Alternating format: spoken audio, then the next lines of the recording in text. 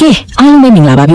ဒီနေ့မှာတော့2011ခုနှစ်ကထွက်ရှိခဲ့ပြီးလူကြိုက်အရမ်းများခဲ့တဲ့ကိုရိုင်းအတူပတိဟာတာနဲ့ drama ရုပ်ရှင်ကားကြီးဖြစ်တဲ့ The Intouchables အကြောင်းကိုပြောပြပေးသွားမှာပါဇလန်းလေးက Paris မြို့ရဲ့ညနေပိုင်းအချိန်တစ်ခုမှာစတင်ထားပါတယ် Dries လို့ခေါ်တဲ့လူမိုက်ကောင်လေးကသူ့ရဲ့အလုပ်ရှင်ဖြစ်သူ Philip ကိုကားမောင်းလိုက်ပို့နေတာပေါ့ဒါပေမဲ့ကားပိတ်တာကိုစောင့်ရတာပြေးလာတာနဲ့ Dries တယောက်ကားအရှင်ကိုကုန်တင်ပြီးလမ်းပေါ်ကတခြားကားတွေကိုဝဲကန်ရှောင်ကန်နဲ့မီးပွင့်တွေကိုလည်းကြည့်မဆိုင်ပဲမိုက်ကန်ကန်မောင်းပါလိရောဒါကိုမြင်တဲ့ရဲတွေကလည်းသူ့နောက်ကိုတောက်ရှောက်လိုက်ဖမ်းတော့တာပေါ့အဲ့ဒီမှာ Dries ကရဲတွေကိုအေးဆေးပဲမျက်ခြေဖြစ်နိုင်တယ်ဆိုပြီးယူရို100ဖမ်းကြီးလုပ်သေးတယ်ဗျာဒါပေမဲ့တရားအောက်လေးရောက်ရောရဲတွေကညှက်ပိတ်ဖမ်းလိုက်လို့မိသွားပါလိရော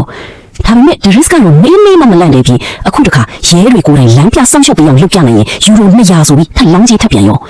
သူကားပေါ်ကစင်းချင်းနဲ့အိုက်တင်တွေအပီခင်းပြီးတော့ Philip ကလူမမာဖြစ်လို့လှုပ်ရှားလို့ရကြောင်းအခုအရေးပေါ်စီးရင်ပို့နေတာဖြစ်ကြောင်းရဲတွေကိုရင်းတွေ့တဲ့ပုံစံနဲ့အော်ပါလိရောရဲတွေကကားနောက်ဖုံးကိုဖွင့်ကြည့်တဲ့အခါခွေးချေကိုတွေ့သွားပြီး Philip ကတွားကြည့်တော့ Philip ကလည်းအလိုက်တင်တင်းနေတဲ့ပုံစံမျိုးတရုပ်ဆောင်ပြလိုက်တာပေါ့ဒါကိုအစစ်မှန်အရေးပေါ်အခြေအနေထင်သွားတဲ့ရဲတွေက Dries ရဲ့အရှင်ပြင်းမောင်းနေမှုကိုခွင့်လွှတ်ပေးလိုက်တဲ့အပြင်စီးရုံထိပါကားနဲ့လမ်းရှင်းပြီးလိုက်ပို့ပေးကြတယ်ဗျ Dries လည်းလောင်းကြီးနိုင်သွားလို့အောင်ဝဲခံတဲ့အနေနဲ့ကားထဲမှာတချင်းတွေအကျယ်ကြီးဖွင့်ပြီးစီးရုံရောက်တော့ရဲတွေပြန်သွားတာနဲ့ Philip နဲ့အတူစီးလိအေးဆေးတောင်းနေကြပြန်ရောစီးရုံဝန်ထမ်းတွေသူတို့စီမလာခင်မှာပဲ Dries ကကိစ္စအားလုံးကိုရှင်းပေးမယ်ဆိုပြီးကားမောင်းပြီးထွက်ပြေးခဲ့ကြတာပေါ့တကယ်တော့ဒီတငယ်ချင်းနှစ်ယောက်ရဲ့တန်ရိုးစင်ကလွန်ခဲ့တဲ့လပေါင်းများစွာကလေးကစတင်ခဲ့တာပါတထေးကြီး Philip နဲ့သူ့ရဲ့အလက်ထောက်မာဂလီတို့က Philip ကိုပြုစုဆောင်ရှောက်ဖို့အိမ်ဖို့အသစ်တယောက်ရှာဖို့လူတွေ့စစ်ဆေးမှုတွေလုပ်နေကြတာဗျလာလျှောက်တဲ့လူတွေကအဖြေတွေကယူအီပြီးပြင်းစရာကောင်းလို့ Philip တယောက်စိတ်ပြက်နေချိန်မှာပဲ Dries ကအလက်ကျော်ပြီးဝုန်းတိုင်းကြီးဝင်လာပါလိရေ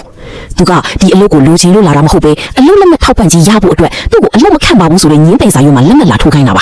ါသူကစကားပြောတာရိုင်းဆိုင်ပြီးမာဂလီကိုပါငန်းတက်ပိုးပန်းနေသေးတာဒါပေမဲ့ထူးခြားပဲ Philip ကသူ့ရဲ့မောက်မာပြီးရိုးသားတဲ့အမူအရာကိုသဘောကျသွားပြီးနောက်နေ့လက်မလာယူဖို့ပြောလိုက်တယ် Dries လည်းသူ့ရဲ့စင်းရဲတဲ့ရက်ွက်ထဲကအိမ်ကိုပြန်လာပြီးမောင်နှမတွေကြားထဲမှာအနိုင်ရေချိုးရတာပေါ့သူ့အမမီနာကကိုညီပေးလို့အဆင်ပြေသွားပြီးအိမ်ရှိပရင်းပေါက်ကနေလှမ်းကြည့်လိုက်တော့သူ့ညီအာရာမာကတန်တရားဖြစ်စရာကားတစ်စီးပေါ်ကဆင်းလာတာကိုမြင်လိုက်ရတယ်ညီဖြစ်သူကကြောင်းကပြန်လာတာလို့လိန်ပြောပြီးအိမ်ယူကပြန်ထွက်သွားတာမို့ Dries ကတော့သူ့ညီတစ်ခုခုမကောင်းတာလုပ်နေပြီဆိုတာရင်းနေတာပေါ့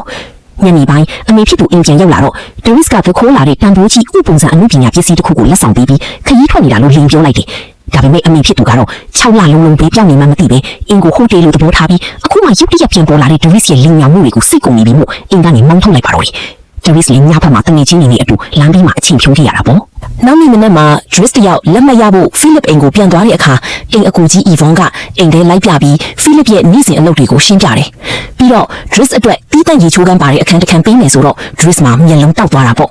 အဲ့ဒီနောက် Philip နဲ့တွေ့တဲ့အခါ Philip ကလက်မှတ်ထိုးထားတဲ့စာရွက်ကိုပေးရုံတင်မကပဲအလုပ်ခံဖို့ကမ်းလှမ်းလိုက်ပြီးမင်းဒီအလုပ်မှာနှစ်ပတ်ထပ်ပိုမခံပါဘူးလို့လောင်းကြီးထပ်လိုက်တယ်ဗျာ Dries ကလည်းစိန်ခေါ်မှုကိုလက်ခံပြီးတလဆန်းတက်ကာလလုပ်ဖို့သဘောတူလိုက်တာပေါ့အလုပ်စားလုပ်ပြီးဆိုတော့ Dries တယောက် Philip ရဲ့ခြေထောက်တွေကိုနှိမ့်နေပြီးတာခွေးချဲပေါ်တင်ပြီးတာရေချိုးပြီးတာအဝတ်အစားလေးပြီးတာတွေကိုသိယူရတာပေါ့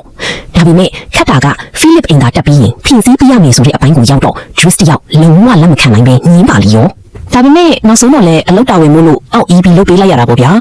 တရက်တော့အိမ်မိုးပေါ်မှာမုံစားနေတော့ Philip ရဲ့သမီး Elisa နဲ့သူ့ရီစာ Bastian တို့ချစ်တင်းနိုးဖို့နေရာလာရှာတာနဲ့ Dries ကဘီယာလည်းမတိုက်ပဲနှုံထုတ်လိုက်သေးတယ်ရက်တွေကြာလာတော့ Dries လည်းအလုပ်တွေအသားကျလာပြီဖုန်းလာရင် Philip ရဲ့နားမှာကတ်မပေးပဲလက်ထဲအတင်းထည့်ပေးမိတာမျိုးရီချိုးရင်ကလေးထိတ်ဆက်ကလေးကိုမိထားမိတာမျိုးအမားလေးတွေရှိပေမဲ့တဖြည်းဖြည်းပြင်ဆင်လာနိုင်တယ်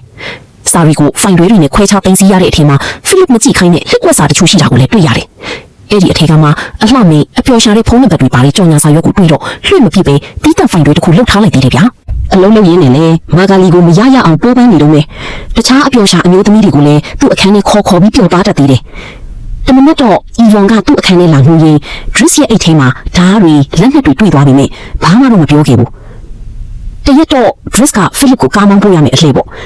ဒါပေမဲ့ Dries က Philip ကိုကုန်တင်ကားနောက်ခန်းထဲမှာကုန်ပစ္စည်းလိုထည့်သွားဖို့ငင်းဆန်ပြီးအင်ကတိတ်မတုံးဖြစ်တဲ့ပြန်ကားအကောင်းစားကြီးကိုဖုံမောင်းနေဗျာ Philip ကအစမှအဆင်မပြေပါဘူးလို့ပြောပေမဲ့ကားအရှင်ပြင်းပြင်းနဲ့မောင်းတဲ့အခါကျတော့သဘောကျပြီးစိတ်လှုပ်ရှားသွားတာပေါ့အင်ကထွက်ချင်းမှာပဲအင်ရှိကိတ်ဝါမှာကားလာပိတ်ရထားတဲ့အင်ငါးချင်းတယောက်ကိုလည်း Dries ကအကြီးကော်လာကနေဆွဲပြီးမောင်းထုတ်ပစ်လိုက်တာကို Philip ကတော်တော်သဘောကျသွားတယ်အဲ့ဒီနောက်သူတို့ပြတိုက်ကိုတွားကြပြီး Philip က Dries အမြင်မှာတော့လုံးဝတန်ဖိုးမရှိတဲ့သွေးခွက်လိုအနီးဆုံးပင်နေတဲ့ပကြီးကားတစ်ချက်ကိုယူရိုတောင်းချီပေးပြီးဝယ်ဖို့လုပ်တယ်အင်ပြန်ရောက်တော့ Philip ရဲ့ဆွေမျိုးတယောက်က Dries မှာရာဇဝတ်မှုမှတ်တမ်းရှိကြောင်းနဲ့အန်ဒီရဲ့များကြောင်းလာတတိပေးပေမဲ့ Philip ကတော့ဂရုမစိုက်ပါဘူ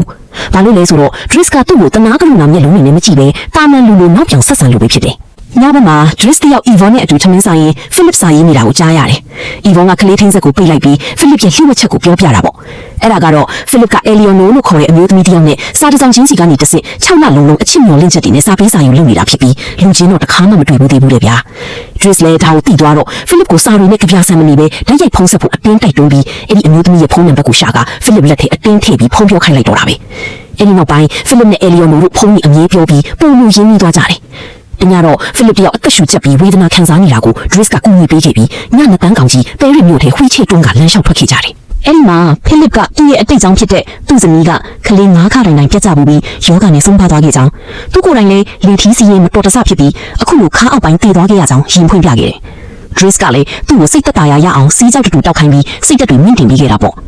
ဒီလိုနဲ့ Dries ရဲ့တလဆန်းတက်ကလာပြည့်သွားတဲ့အခါ Philip ကသူ့ကိုအတီအလင်းအလုတ်ခန့်လိုက်ပြီးတခိုးထားတဲ့ဥပုံစံအမှုပညာပစ္စည်းကိုလည်းပြန်ပြီးမှုတောင်းဆိုခဲ့တယ်။ Dries လည်းသူ့အိမ်ကိုပြန်သွားပြီးပစ္စည်းကိုပြန်ယူခဲ့ရတာပေါ့။ရက်တွေကြာလာတာနဲ့အမျှ Dries နဲ့ Philip တို့ရဲ့တိုင်ရောစင်ကတငယ်ချင်းအရင်လိုဖြစ်လာပြီးလီထီးဒူစီတာတွေပွဲတွေတက်တာတွေလုပ်ခဲ့ကြတယ်။ Dries ကိုယ်တိုင်လည်းပကြီးဆွေးတာကိုဝါသနာပါလာပြီးသူဆွေးထားတဲ့ပကြီးကားကို Philip ကသူ့ရဲ့ဆွေမျိုးတစ်ယောက်စီမှာယူရို1,100နဲ့ရအောင်ရောင်းပေးခဲ့သေးတယ်ဗျ။ Philip ရဲ့မွေးနေ့ပွဲမှာလည်းပြင်းစရာကောင်းတဲ့ကန်တာဝင်သချင်းတွေအစား Dries ကသူ့ရဲ့ pop သချင်းတွေကိုဖွင့်ပြီးပွဲတွေကလူတွေအားလုံးကခုန်လာအောင်လုပ်ပေးခဲ့လို့ Philip တယောက်အရန်ကိုပျော်ရွှင်ခဲ့ရတယ်။ဒါပေမဲ့ Philip က Dries ရဲ့မိသားစုအရေးတွေဖြစ်တဲ့သူ့ညီလေးလူမိုက်တွေနဲ့ပတ်သက်နေတာကိုသိသွားတဲ့အခါ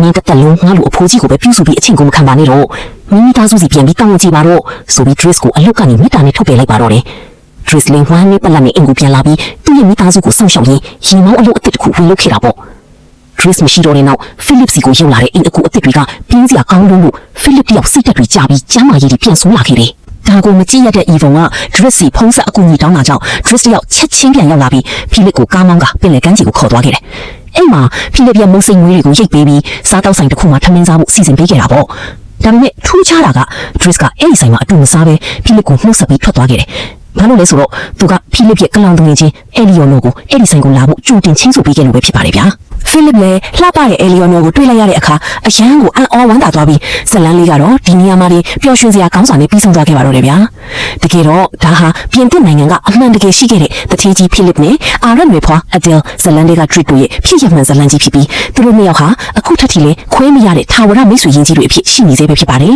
။ဗီဒီယိုလေးကိုသဘောကျရင် like နဲ့ subscribe လုပ်ခဲ့ဖို့မမေ့နဲ့အောင်နော်။တခြားဘယ်လိုရုပ်ရှင်တွေရဲ့ recap ကိုကြည့်ချင်သေးလဲဆိုတာ comment မှာရေးခဲ့ကြပါဦးဗျ။အားလုံးကိုကျေးဇူးတင်ပါတယ်။